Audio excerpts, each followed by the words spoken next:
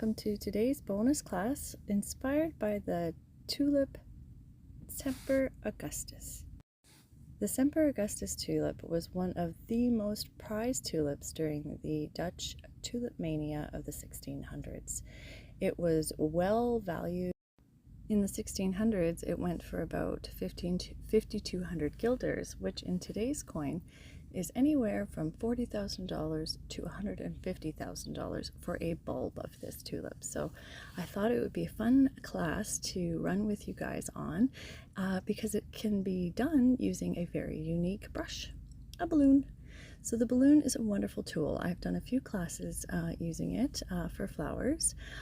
It definitely lends itself to experimentation, so feel free to get out some rough draft paper, some stuff with old art on it, just to give yourself an option to play around with loading your brush, loading the balloon, and how you want that paint to land. So for today, you're going to need some heavy paper. I recommend watercolor paper. I like 140 pound, but you do you. You're going to need some red and white acrylic and some greens in light and dark green. So I'm using some various sizes today to show you just that you know how versatile it can be. The stills are our inspiration, and I do have one that I ended up doing a watercolor background in for a meadow scene, just to give you some ideas of ways you can take this class. So my palette is a watercolor inserted into a piece of plastic for some stability. I had played around with the watercolor for this class, but ultimately opted for the acrylic version because I found it more dynamic and visually attractive right off the hop, whereas watercolor can take a bit of finessing.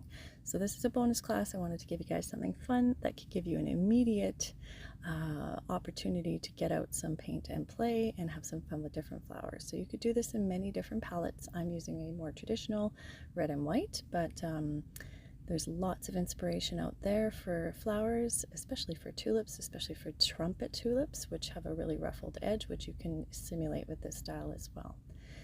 So to do this technique, you just need to, sort of observe your balloon. If you have a very round balloon, just go ahead and start, but you're going to generally use the tip of the balloon the most around the bottom. There are petaled flowers, say with 6 petals, and then I would use the whole top of it, but we're going to sort of use the side for our shape of the tulip today. So I started with just a plain white, and now I've gone in with a bit of scarlet red for stripes. You're going to push and sort of smear. That's how you get that feathered edge along the veins for the red and white Semper Augustus tulip. And that's the magic.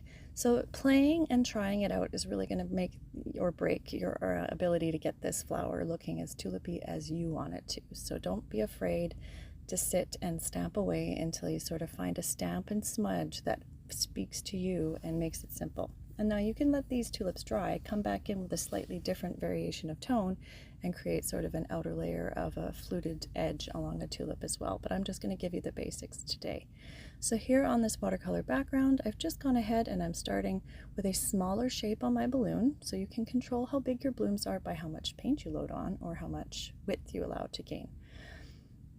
I'm going to just give it a little pounce and pull. Here I've sort of gone and given you an idea. If you wanted to create more petals, you would just want to give it a second or two to dry in between pounces.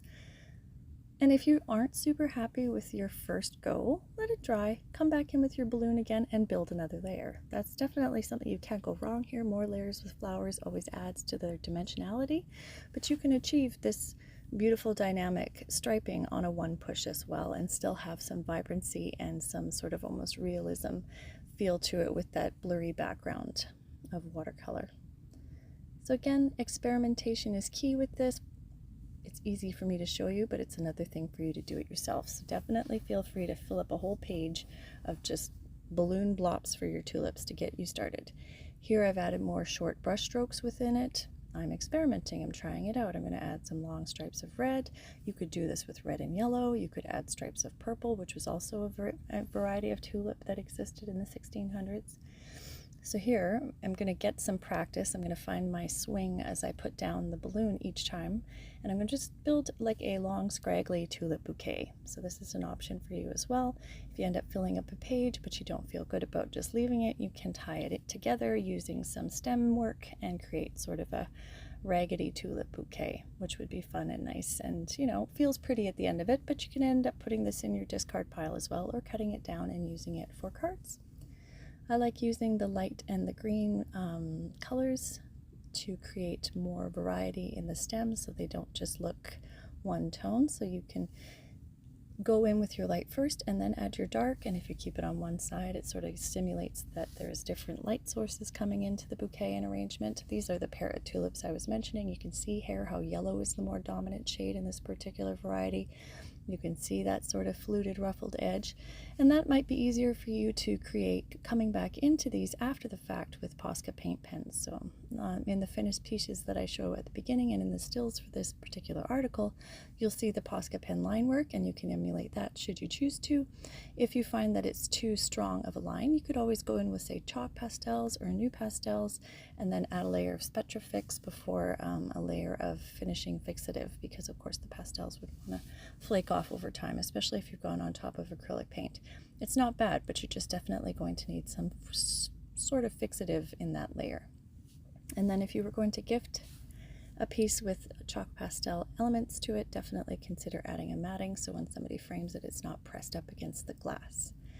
And here I've just created sort of a roughed in tie at the bottom that gives this sort of abstract bouquet a bit of legitimacy to trick the eye into believing that they're all together. But ultimately it was just a practice piece, so it's fun to just play and explore and not get caught up in the perfection of the blooms, right? Because you could really do a whole lot and then maybe isolate a couple of them at the end that you focus on a bit more stem work and detail, and that would be where the eye is drawn to. I'm just going to add in some deeper stems for the pieces that I started with here now that they've had a few minutes to dry while I worked on the other ones. And tulips have very thick stems. They can grow quite long and they are flexible in the wind, so that's been a fun element to include here for these bigger pieces that sort of come in front of a blurrier watercolor created background. And as this is sort of an experimental piece, have fun trying different stems, different brushes, find brushes that give that curlicue an easier go for you, set those aside. You can get very organized with your approach if it's something you want to keep repeating. These ones are the ones that I sort of pounced off first, so they're dry now, and I'm just going to have some fun. Whether or not I keep them or like the shape is sort of irrelevant. I just want to get going on it and try it out and see. That way my imagination has a place where it's already started and I can build on that. Now another fun opportunity once your acrylic is dried is to use some watercolor and go in with a darker background, which I did for one of the pieces. And you'll see me end up taking the balloon here and adding another pounce. You can also make these little tulip shapes on smaller card sizes just using your middle finger, and then using the paint in layers on your fingertip. So this could be a lot of fun for minis as well, or if you're a parent or grandparent and you'd like to do this with littles. I'm using natural earth paint here, so it's non-toxic. I'm not worried about having it on my finger, but of course you could wear gloves if you are concerned about having any of the residual elements of acrylic paint on your fingertips.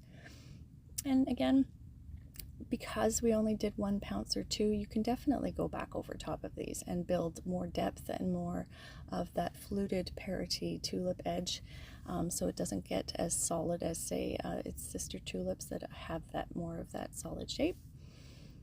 This would lend itself well to a beautiful large scene of tulips as well, so you could create a whole field using smaller dots on your balloon, and maybe I'll bring that class to us as well.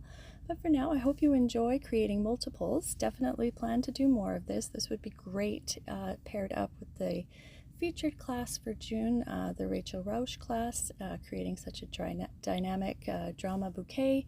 You could definitely add this balloon technique for your flowers. You can do a whole tulip arrangement if you like, of various colors using the dramatic style that I represent there. So these two classes for the month of June I feel are well suited to each other, and I hope if you guys have the opportunity to share that you'll tag me in your work. You can tag me here on Substack, but we also are on Instagram, or if you're not interested in sharing through your own account but you'd love to share with me, please feel free to DM me with your art or share it here in the members only thread that exists on Substack for our beautiful art. Thank you for joining me today here at Running with Rainbows for our bonus class. See you next month, friends.